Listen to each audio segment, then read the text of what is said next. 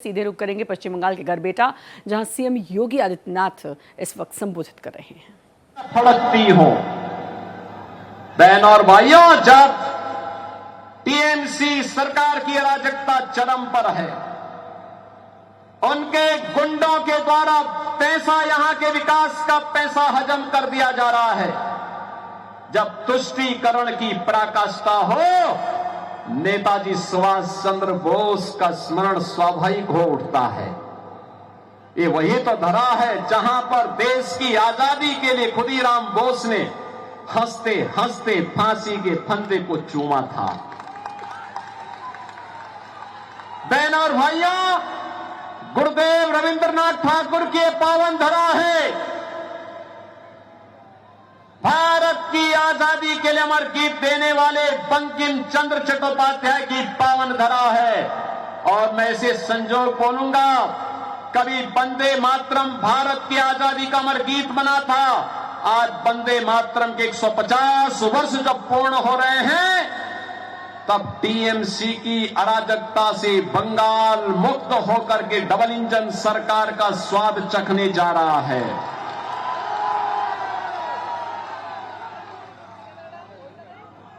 बहन और भाइयों, विपिन चंद्र पाल की धरा है, जगदीश चंद्र बसु की धरा है, चितरंजन दास की धरा है,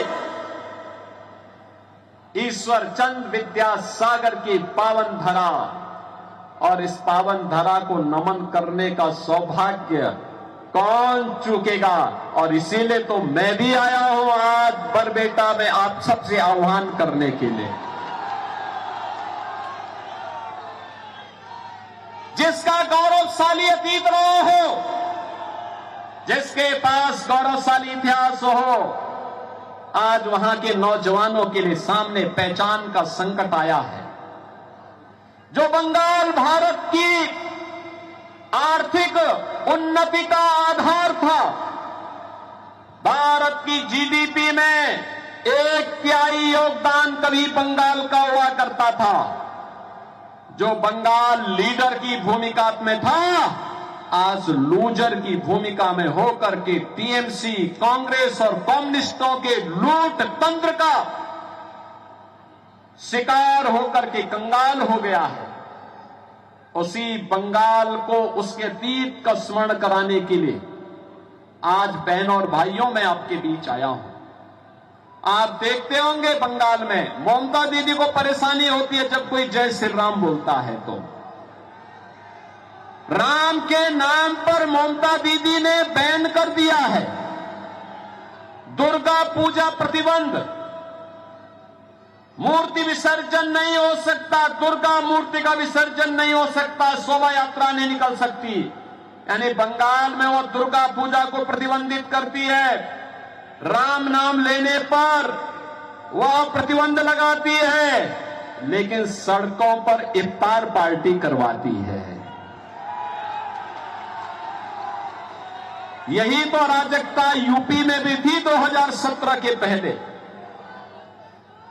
आज से 9 वर्ष पहले यूपी में इसी प्रकार की अराजकता थी, उपद्रव होते थे, गुंडागिर्दी होती थी, पर्व त्योहार के पहले कर्फ्यू लगता था, सड़कों पर नमाज होता था, इफ्तार की पार्टी होती थी, बेटी असुरक्षित थी, व्यापारी असुरक्षित था, विकास ठप था।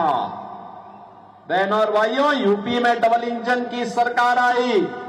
आज प्रधानमंत्री मोदी जी के मार्गदर्शन में यूपी डबल इंजन की सरकार यूपी के अंदर चल रही है। न कर्फ्यू है, न दंगा है, यूपी में अब सब चंगा है।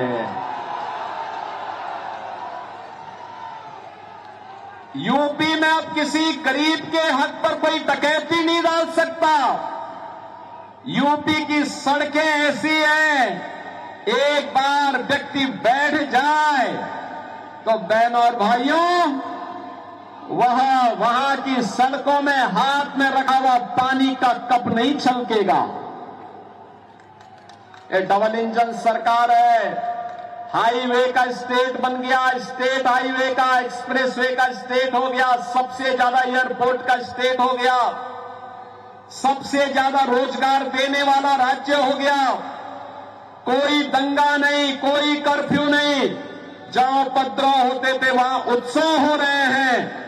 और यही नहीं, उत्तर प्रदेश में सड़कों पर ना इफ्तारी होती है ना नमाज पढ़ी जाती है।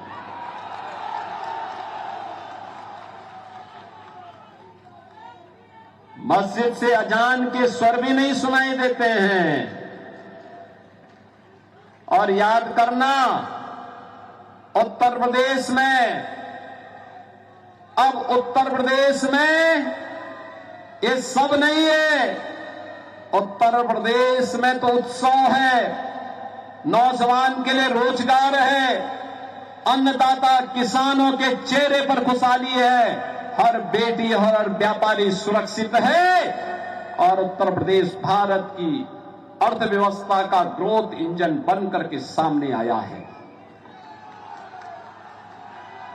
जिस बंगाल में राम का नाम लेने पर ममता दीदी चिढ़ती है, उस उत्तर प्रदेश में 500 वर्षों की गुलामी को समाप्त करते हुए उत्तर प्रदेश में प्रभु श्री राम का भव्य राम मंदिर का निर्माण हो गया है।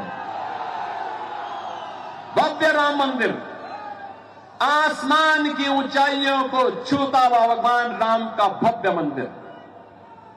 बहन और भाइयों, हर भारतीय का सीना तान करके खड़े होने का, उस मर्यादा के साथ आगे बढ़ने की प्रेरणा देने वाली राम का यह मंदिर हर भारतीय के लिए एक नई प्रेरणा है।